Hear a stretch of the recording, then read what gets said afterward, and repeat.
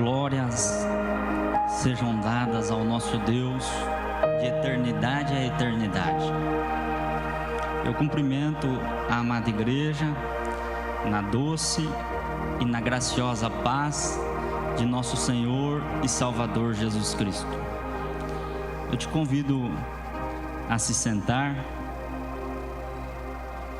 Quero também, na pessoa do pastor Paulo, cumprimentar a todos os pastores que estão aqui, a todos os pastores dessa amada igreja, aonde Deus nos plantou para nós servirmos a Ele com alegria.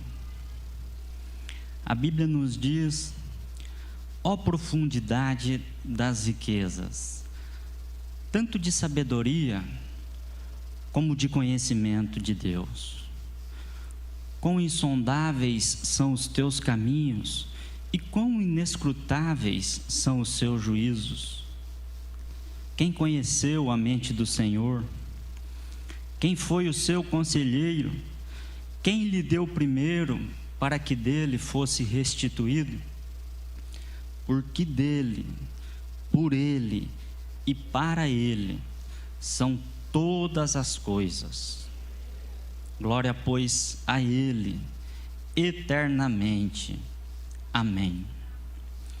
O tema da mensagem que Deus preparou a nós nesta manhã é Família, um projeto de Deus. Eu tenho uma família feliz, próspera e abençoada. A minha esposa já está comigo há 25 anos, a Carmen. Deus nos deu uma filha chamada Isabela, um filho chamado João, e a Isabela, nossa filha, já está casada com o Renan. Também mora conosco a nossa sogra já há um longo tempo. Nós temos uma família feliz. Temos uma gatinha, uma cachorrinha maltês, temos um cachorro bonito, Rottweiler, uma cachorra chamada Nina, de forma que a bênção e a prosperidade de Deus, ela tem alcançado a minha casa. Mas, como o tema desta mensagem hoje é família, um projeto de Deus, eu quero, com a devida vênia, tomar como exemplo para a minha vida, e também creio que o pode ser para a sua vida, a família do nosso pastor Oswaldo, casado com a pastora Cleide há 45 anos, e nós temos testemunhado o carinho que eles nutrem um pelo outro, e o amor e o respeito que eles possuem um pelo outro. E nós podemos imitá-los como eles têm imitado a Cristo, porque a família deles tem sido um exemplo para nós. Eles tiveram 3 filhos, dos quais 2 são pastores desta igreja e que recebem aquela unção que Deus tem derramado na vida do pai, e eles também já construíram famílias que são exemplos para as nossas famílias. Também tem a filha dele com o genro dele, e ele está tendo a oportunidade de ver os seus filhos e os filhos dos seus filhos na casa de Deus, de forma que eu e você estamos plantados em uma igreja aonde a bênção de Deus tem alcançado as nossas famílias. Porque família é um projeto de Deus. Eu quero nesta manhã, por meio de uma palavra profética, dizer que a tua família, ela está guardada no esconderijo do Altíssimo, num lugar de descanso, de proteção e de cuidado que vem da parte de Deus.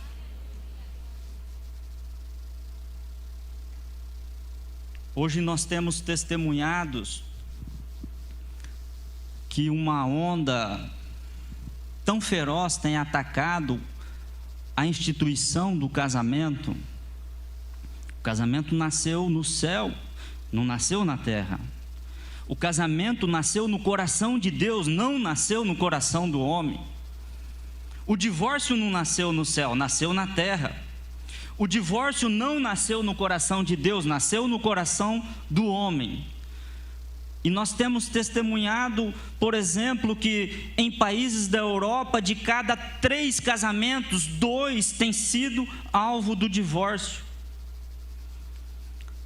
Nos Estados Unidos, a cada 2 casamentos, 1 tem sido alcançado pelo divórcio. E no Brasil, a cada 3 casamentos, 1 tem sido alcançado pelo divórcio.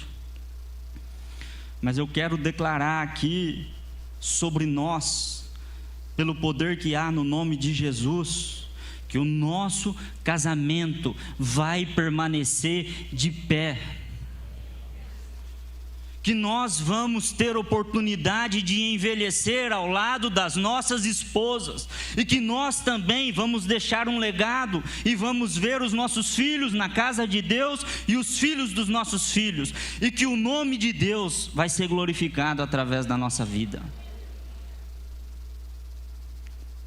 E eu também quero, debaixo da autoridade do nome de Jesus, o nome que é sobre todo o nome, dizer que você não só apenas vai poder viver e envelhecer com esta mulher que Deus lhe deu, mas você vai ter uma vida com contentamento, com felicidade, com alegria. Sabe por quê? Porque aquele que não conheceu o pecado, ele se fez pecado por nós, para que nós feitos justiça de Deus. Então nós vamos passar por essa terra vivendo em paz, em alegria, porque Ele nos comprou e nos fez vencedores. Por isso nós o adoramos e nós o glorificamos. Amados, esse assunto, família, este tema, quando nós olhamos para as Escrituras, nós podemos ver que ele é o tema central da Bíblia. A palavra de Deus nos diz, no primeiro livro do Velho Testamento, no livro de Gênesis, que Deus, logo no início, Ele criou uma família, a família de Adão. E assim como o Velho Testamento, ele principia falando acerca de família, ele se encerra, o Velho Testamento se encerra no seu último livro, no seu último capítulo, no seu último versículo, do profeta Malaquias, capítulo 4, versículo 6, dizendo que Deus converteria o coração dos pais aos filhos e o coração dos filhos aos pais. Inicia-se falando sobre família e termina falando sobre família, e família com harmonia, com uma unção celestial, porque família ocupa um espaço todo especial no coração de Deus. O Novo Testamento, ele inicia falando sobre família. Ele fala sobre a família de um homem chamado José, de uma mulher chamada Maria, e no primeiro capítulo do Novo Testamento, do Evangelho de Mateus, no versículo de número 21, a Bíblia nos diz que a virgem conceberia e daria à luz a um filho, família, e ele salvaria o seu povo dos seus pecados. O Novo Testamento, como que ele se encerra? No livro de Apocalipse, o Novo Testamento, na revelação, ele é fechado. No capítulo 22, nos 2 últimos versículos, o versículo de número 21 e de 22, com uma palavra do noivo. O noivo nos diz: certamente cedo venho. E nós, como a noiva, dizemos: ora vem, Senhor Jesus. E a Bíblia encerra com uma expressão que diz: amém. Casamento da igreja com Cristo, família, é o tema central das Escrituras. Isso é tão interessante que a parábola das parábolas que nós temos na Bíblia trata da história de um filho pródigo. Aponta para um filho que, de uma forma dissoluta, esbanjou aquilo que era do pai, mas que ao cair em si, ao se arrepender, ao ver o erro que tinha cometido e ao retornar para a casa do pai, o encontra de braços abertos, apontando que nós temos um Pai nos céus que está de braços abertos para receber a mim e a você. Família é algo que permeia todo o coração de Deus. O desejo de Deus é que cada um de nós possamos viver em família. Ah, mas no momento eu me sinto abandonada ou deixada. Deus, ele diz pelas palavras do salmista no capítulo 68, no versículo de número 5 e 6, que Ele é o pai dos órfãos e Ele é aquele que faz com que o solitário viva em família. O desejo de Deus é que a bênção que Ele tem nas mãos alcance a minha e a sua família. Ele, embora possa nos abençoar como indivíduo, deseja, contudo, que a sua bênção recaia sobre as nossas famílias, porque Ele prometeu em Gênesis 12:3 a Abraão, que Abraão, eu abençoarei os que te abençoarem, amaldiçoarei os que te amaldiçoarem, e em ti serão abençoadas, benditas todas as famílias da terra. É algo tão poderoso da parte de Deus que o nosso Deus, Ele existe de eternidade a eternidade em família. Nosso Deus nunca existiu fora de uma família. E quando Ele resolveu estar entre nós, a porta de entrada que Ele escolheu foi o seio de uma família. Jesus, ele teve um pai chamado José, o carpinteiro, uma mãe chamada Maria, ele teve irmãos, ele teve irmãs, ele viveu esse negócio de família na própria carne, na própria pele, e quando ele foi iniciar a sua vida divina entre nós, a Bíblia diz que ele escolheu se apresentar como Deus entre nós numa festa de casamento, onde faltou o vinho, Ele transformou a água em vinho. O que Ele está querendo dizer com isso para mim e para você nesta manhã? Que Ele se importa com a tua família, porque família é algo importante para Deus. Família ocupa um lugar especial no coração de Deus, e Ele é quem vai guardar a sua e a minha família. A tua família está guardada debaixo das asas de Deus, porque isso é algo importante ao nosso Deus. O nosso Deus, Ele se revela a nós por meio de figuras familiares. Ele se revela a nós mostrando que o amor dele é superior ao amor de mãe. Ele diz assim: olha, ainda que uma mãe esqueça do seu filho, da criança, do seu ventre que amamentou, todavia eu não me esqueço de ti, porque eu tenho o teu nome gravado nas palmas das minhas mãos. Isaías 49:15. Deus, Ele se apresenta dizendo a nós que o amor dele é maior do que o amor de pai. Ele fala assim: olha, vocês que são homens maus, que são maus, sabem dar boas dádivas aos vossos filhos, quanto mais eu, o Pai Celestial.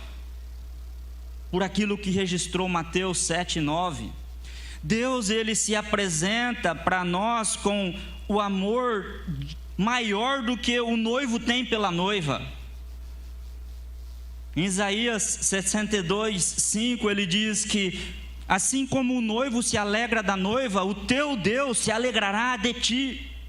Deus, ele se apresenta a nós com um amor maior que tem um marido, dizendo que, pelas palavras do profeta Isaías, no capítulo 52, no versículo de número 5, o teu Criador é o teu marido. Deus se importa com a minha e com a sua família. E nós precisamos nessa manhã fazer a nós mesmos a seguinte pergunta: por que que Deus me criou? E por que que Deus me salvou? A palavra de Deus nos diz que Ele nos elegeu nele, antes da fundação do mundo, para que fôssemos santos e irrepreensíveis diante dele em amor. E nos predestinou como filhos por adoção em Jesus Cristo para si mesmo, segundo o beneplácito da sua vontade. Afinal de contas, cada um de nós que estamos aqui nesta manhã, fomos criados e salvos por Deus, porque Ele nos desejou fazer seus filhos, e nós somos partes da família de Deus.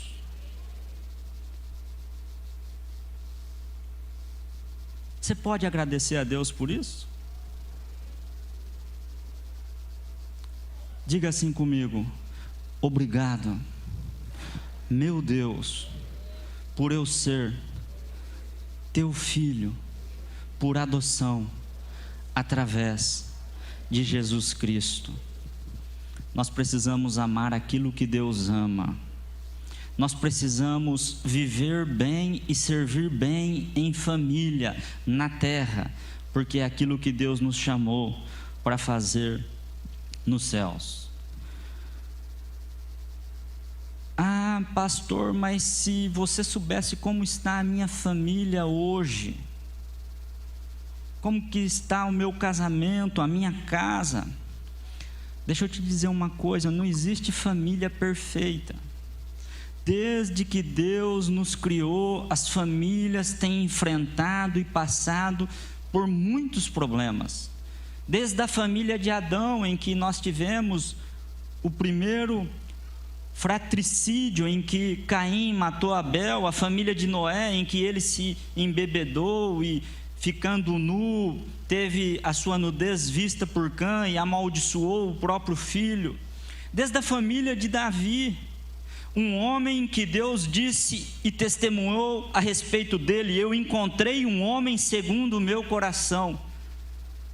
Mas que, mesmo tendo conquistado o coração de Deus, ele perdeu o coração dos filhos, da sua família.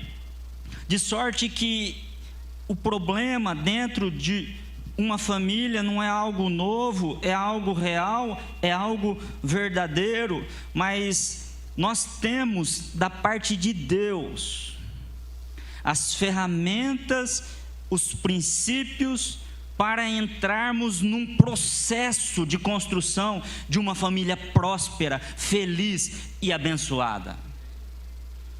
Isso é tão forte que, em relação a isso, nós podemos afirmar que aquilo que nós alcançamos por intermédio de um processo, eu não posso querer cortar caminho e alcançar por meio de um milagre. É uma construção diária, dia após dia, e o que Deus quer é nos ensinar dia após dia como termos essa família feliz, próspera e abençoada. E Ele nos dá as ferramentas, a chave, aquilo que nós precisamos em relação a isso. Nós conhecemos um livro de uma escritora chamada Doreen Moore. Ela escreveu um livro a respeito de bons cristãos, bons maridos. E nesse livro ela retrata a biografia de 3 grandes homens de Deus: do século XVIII, John Wesley, George Whitefield e Jonathan Edwards.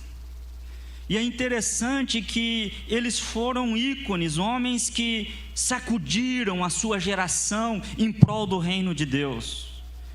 Mas na biografia deles, um teve um casamento fracassado, que terminou em uma separação. O outro teve um casamento mais ou menos.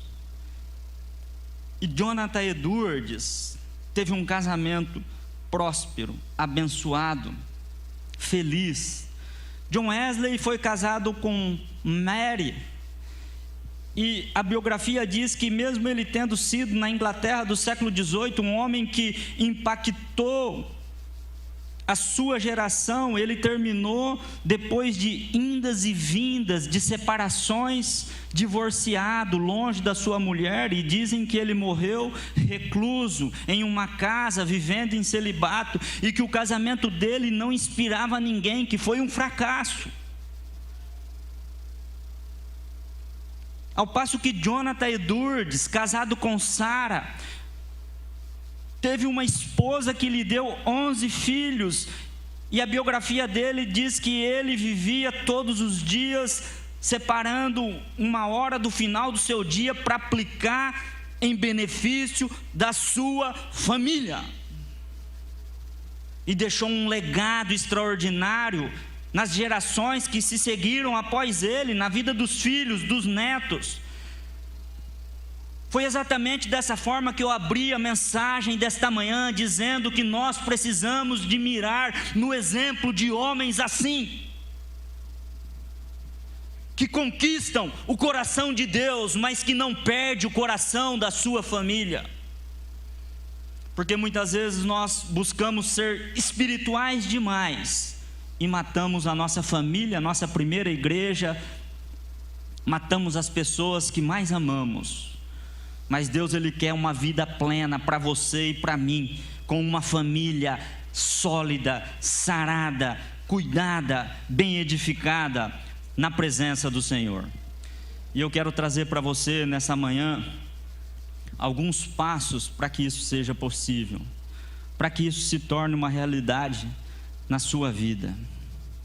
O primeiro passo do processo para a construção de uma família é nós entendermos e compreendermos bem a questão do indivíduo e sua identidade.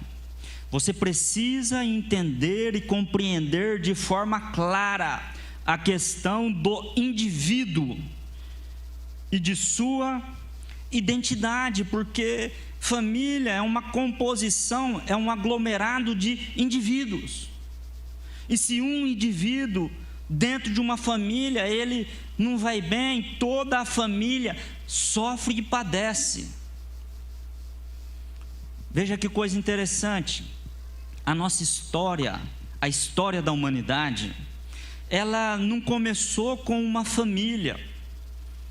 Talvez em parte, no que se refere a isso, o grande Rui Barbosa, ele tenha cometido um equívoco ao afirmar que a família é a célula máter da sociedade.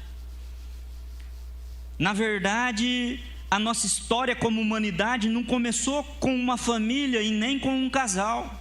A nossa história começou com Deus criando um ser humano chamado Adão, a sua imagem conforme a sua semelhança. E a Bíblia diz que Deus criou Adão solteiro e que Adão viveu um período só em que ele se relacionava no que se refere a um ser correspondente a ele, que tivesse moral, que tivesse consciência da existência, que tivesse vontade, sentimentos, pensamentos, única e exclusivamente com Deus. Agora, isso tem uma razão, isso tem uma lição, isso tem um propósito que nós precisamos entender de forma clara. O que significa a palavra solteiro? Na sua origem etimológica, significa distinto, significa único, significa completo. Você é uma pessoa criada por Deus, distinta, única e completa.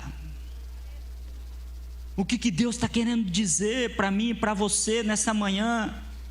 Deus está querendo dizer que nós dependemos para viver e ter prosperidade de vida no sentido pleno da palavra, única e exclusivamente dEle. Deus é a tua força, o teu escudo, a tua fortaleza. Nele, nos diz a palavra, vivemos, nos movemos e existimos. Por que isso é importante? Por que nós devemos viver assim? Eu digo para os meus filhos: a força de vocês não está no papai nem na mamãe, está em Deus. Eu digo para minha esposa que a força dela não está em mim, está em Deus.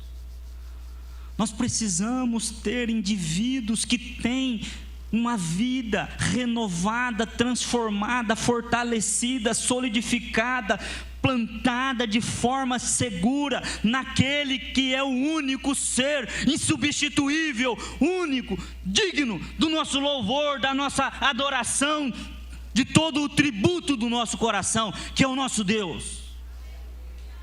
Dele vem a sua alegria e a sua razão de viver.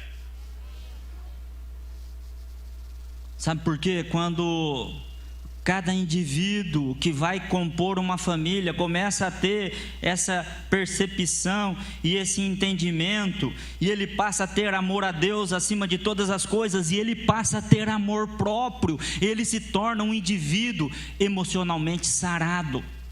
Ele se torna um indivíduo espiritualmente sarado. Ele se torna um indivíduo intelectualmente preparado, sendo um bom ímpar, pronto para começar a ser um bom par. Quem aqui gosta de omelete? Com ovo caipira é ainda melhor, né, pastor? Agora você pega um ovo choco podre, quebra ele junto com um ovo fresco, bonito, gostoso, e tenta misturar para ver se vai dar algo que presta. Da mesma forma, as nossas famílias, elas precisam ser construídas com pessoas que têm esta consciência, esta clareza e esta firmeza, que a única pessoa insubstituível e única na nossa vida é o Senhor Deus, a ponto do profeta dizer: maldito, maldito o ser humano que coloca em outro ser humano a força do seu braço, mas por outro lado, bendito aquele que põe a sua esperança no Senhor Deus. Isso é importante porque daqui um pouquinho de tempo você vai ouvir a notícia de que quem você ama vai ter que ser substituído porque ele morreu. Esses dias eu estava pensando acerca do meu velório. E eu me via dentro de um caixão, deitado, e a minha esposa, aquela moça linda, loirinha, dos olhos verdes, chorando. E de repente chega um irmão da igreja e diz assim: missionária, nós estamos aí, ó, para o que der e vier. Ah, mas o meu marido morreu, o meu mundo acabou. Não, não acabou, porque o teu Deus está vivo e é Ele quem te guarda e te sustenta.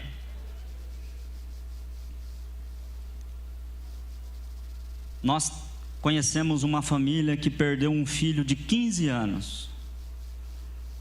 Ah, o meu filho morreu, o meu mundo acabou. A Bíblia diz que Jó, ele perdeu num único dia 10 filhos.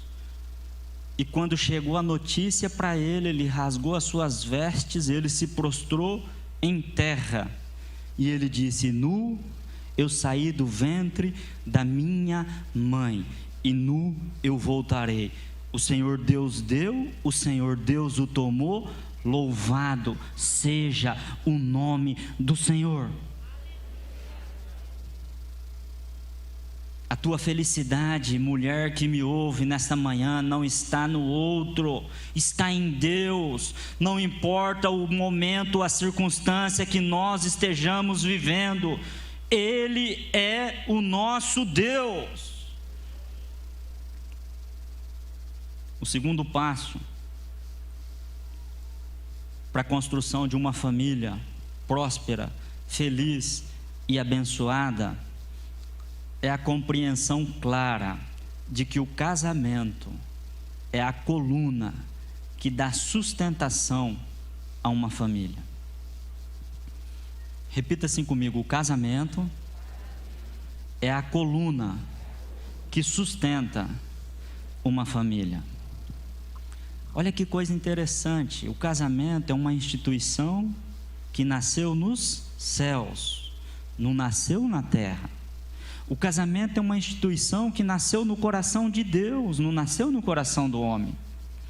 O casamento, aos olhos de Deus, é uma instituição em que nós ingressamos nela como uma aliança. E Deus diz no Salmo 89, 34, que a aliança é um pacto que nós fazemos. Deus diz assim: eu, o Senhor, não violo a minha aliança e não volto atrás, a palavra que saiu dos meus lábios. E Deus quer que nós entendamos e tratamos o nosso casamento como uma aliança, a ponto de Jesus dizer no Evangelho de Mateus, no capítulo 19, no versículo de número 6, que aquilo que Deus uniu, porque o casamento é divino, o homem não separa. Então eu vivo dentro de uma aliança de casamento, e esta aliança que é o que vai dar sustentabilidade à família que eu estou disposto a construir, a empreender. E por que eu digo isso? Você vai entender melhor. 3 pastores sexagenários, eles estavam sendo entrevistados nos Estados Unidos. John Piper, Don Carson e Tim Keller, casados há mais de 40, há mais de 30 anos. E foi perguntado a eles, e eles falaram a respeito disso, sobre o que mantinha o casamento deles naquela longevidade toda, e um casamento de qualidade, um casamento de prosperidade. E eles foram os 3 unânimes em reconhecer que o que sustentava aquela construção em um alicerce sólido era justamente o pacto, a aliança, o vínculo, o casamento em si. Eles fizeram uma afirmação que, quando eu ouvi ela pela primeira vez, eu até que fiquei chocado, porque eles disseram assim: olha, o que sustenta o casamento não é o amor, mas é a aliança, e a aliança sustenta o amor. E eu me lembrei de Coríntios capítulo 13, em que Paulo diz: o amor tudo sofre, tudo suporta, tudo crê, tudo espera, o amor nunca falha, permanecendo pois a fé, a esperança e o amor, mas a maior delas é o amor. Eu disse: uau! E depois eu comecei a meditar a respeito deste assunto, e comecei a fazer uma retrospectiva da minha própria vida. A minha esposa, a Carmen, ela já foi casada com 5 maridos. O primeiro marido dela era um imaturo, um Zé Lelé. O nome dele era Luciano. O segundo marido da minha esposa era uma pessoa fria, indiferente, complicada, meio estranha. O nome dele era Luciano. O terceiro marido que a minha esposa teve era um sujeito que bebia demais, fazia coisas que até seria vergonhoso dizer. O nome dele era Luciano. O quarto marido que ela teve era brigão, era hipócrita e chamava Luciano. Mas o quinto marido que ela tem é um pastor chamado por Cristo, e o nome dele é Luciano. Sabe o que eu quero dizer com isso? Que as pessoas, elas mudam. Que as pessoas hoje são boas, amanhã não são. Que as pessoas, elas na estrada do matrimônio são volúveis. E o que fez com que aquela mulher permanecesse firme com estes maridos diferentes ao longo dos 25 anos? Foi uma aliança que ela fez diante de Deus, dizendo: eu me uno a você para viver até que a morte nos separe. Então eu quero te dizer nesta manhã que o seu casamento é uma aliança selada pela mão de Deus. E eu quero te dizer que, mesmo que as coisas hoje não estejam bem, persevere firme nesse negócio, porque as tuas orações, elas estão diante de Deus, e a sua vitória, o milagre da transformação, quem faz é Deus. E a sua família, ela vai ser próspera, ela vai ser abençoada, ela vai ser uma família que vai resplandecer a glória de Deus, para que o nome dele seja glorificado. Isso é muito importante. Linda White, uma socióloga, ela fazendo uma pesquisa com 3.500 casais. Desses 3.500 casais, 77% classificaram os seus casamentos como infelizes, como casamentos ruins. 5 anos mais tarde, ela ouviu esses 3.500 casais novamente. Sabe o que aconteceu? Esses mesmos casais que foram ouvidos, 80% deles afirmaram que agora, naquele momento, eles estavam vivendo uma vida feliz, uma vida abençoada, desfrutando da prosperidade da parte de Deus. Como que está a tua família? Como que você se encontra hoje? Você quer que as coisas melhorem na sua casa? Quem aqui deseja algo novo da parte de Deus?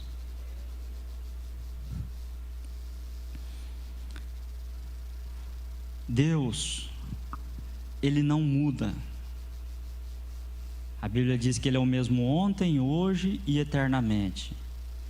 Então, para que as coisas melhorem na nossa família, quem que precisa mudar sou eu.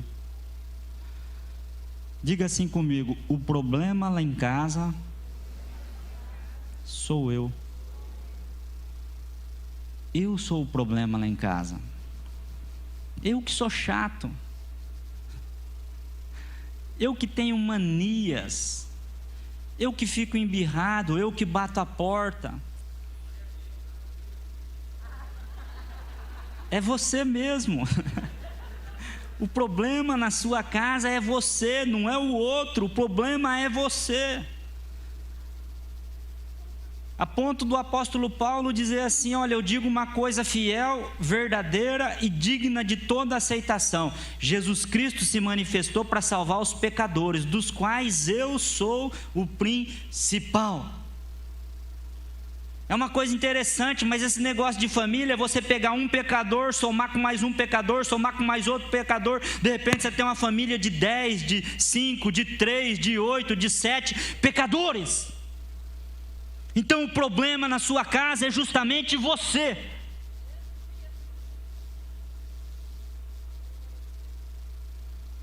Agora eu quero ter algo melhor, eu quero ter algo bom dentro da minha casa, então eu preciso entender. Diga assim comigo: se eu mudar, a minha família vai melhorar. Nós precisamos acordar a cada manhã entendendo que toda bondade, que toda a graça, que toda a fortaleza, que toda a capacidade, que tudo é dele. Nós precisamos depender a cada manhã inteiramente de Deus, entendendo que nós somos, literalmente, naquilo que nos diz Paulo: miserável homem que sou, quem me livrará do corpo desta morte? A ponto de compreender que Nos dizeres de Paulo, eu tenho que considerar o outro superior a mim mesmo. E nós passamos uma vida toda. De que forma? Alguém aqui conhece uma pessoa teimosa? Faz assim, ó.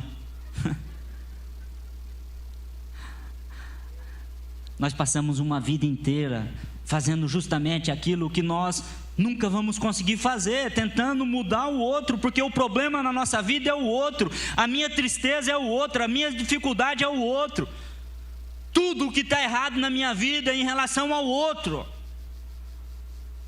Conta-se uma história de um jovem que ele orava assim a Deus: Deus, joga os meus problemas no mar, joga essa miserável da minha esposa no mar, joga esses meus filhos que não toma jeito no mar, joga esse trabalho meu com esse salário, joga tudo isso no mar. Deus, joga os meus problemas no mar. E Deus virou para ele e falou assim: você sabe nadar? O problema lá em casa sou eu. E nós precisamos entender que nós nunca vamos conseguir mudar o outro. Eu não vou conseguir mudar a minha esposa. E aquilo que nós usamos para tentar mudar o outro é uma coisa ridícula. Como que geralmente a gente começa a tentar um processo de mudança? Esses dias eu estava em casa e eu acordei de madrugada e tive a convicção que Deus falou comigo. E Deus falou comigo assim: olha, nós temos uma cachorrinha chamada Filó, e ela estava dormindo dentro do quarto. E eu acordei de madrugada, Deus falou assim comigo: essa cachorrinha está sendo entronizada num lugar que ela não merece, porque nem os seus filhos dormiram dentro do quarto. Irmãos, Deus falou claro comigo. E eu estou lá orando de madrugada, e de repente a Carmen foi para a escola levar as crianças, e de repente ela chegou em casa. Na hora que ela entrou no quarto, eu disse assim: Deus falou comigo, essa cachorra não pode dormir dentro do nosso quarto, porque nem nossos filhos dormiram dentro do quarto. Sabe o que ela falou para mim? Ela falou assim: talvez não tenha sido Deus que falou com você, pode ter sido o diabo. Porque eu vinha dentro do carro louvando, adorando a Deus, querendo chegar aqui para dizer que eu te amo, que você é a pessoa da minha vida, e você vem falando isso comigo, e nós discutimos. Ela fica fora, ela fica dentro, ela fica fora, ela fica dentro, com palavras duras. E eu desci as escadas com uma tromba grande, e eu fiquei lá na parte de baixo da nossa casa, e de repente Deus falou claramente comigo: não é assim. E eu subi de novo murchinho e disse: amor, me perdoa. Ela me perdoa também. Ela falou assim para mim: a cachorra pode dormir fora. Aí eu virei para ela e falei: também pode dormir dentro. A gente muitas vezes tenta mudar o outro com um grito, com palavras duras. A gente tenta mudar os nossos filhos com críticas, e ninguém muda a base de crítica. Às vezes nós conseguimos enxergar os defeitos dos nossos filhos, e as pessoas lá de fora enxergam as virtudes e as qualidades que eles possuem, e nós não enxergamos isso. Mas Deus, Ele quer que cada um de nós saiamos daqui nessa manhã entendendo que nós é que precisamos mudar, e que nós é que somos um pecador miserável, e que em relação ao outro, quem faz o milagre da transformação é Deus. O nosso papel é apenas e tão somente de encher as talhas. O nosso papel é de correr atrás das vasilhas, porque o nosso Deus vai fazer um milagre dentro da nossa casa. O nosso Deus, Ele vai trabalhar na transformação de cada um dos nossos, para nos tornar semelhantes a Cristo. De sorte que eu encerro essa palavra dizendo: a tua família, ela está guardada debaixo das asas e no esconderijo de Deus. O teu casamento, ele vai permanecer em pé, firme, e você vai envelhecer ao lado desta pessoa que Deus lhe deu. e a tua vida na tua família, no teu lar, na tua casa, vai ser uma vida com contentamento, com felicidade, com paz, para a glória de Deus. Louvado seja o nome do Senhor Jesus.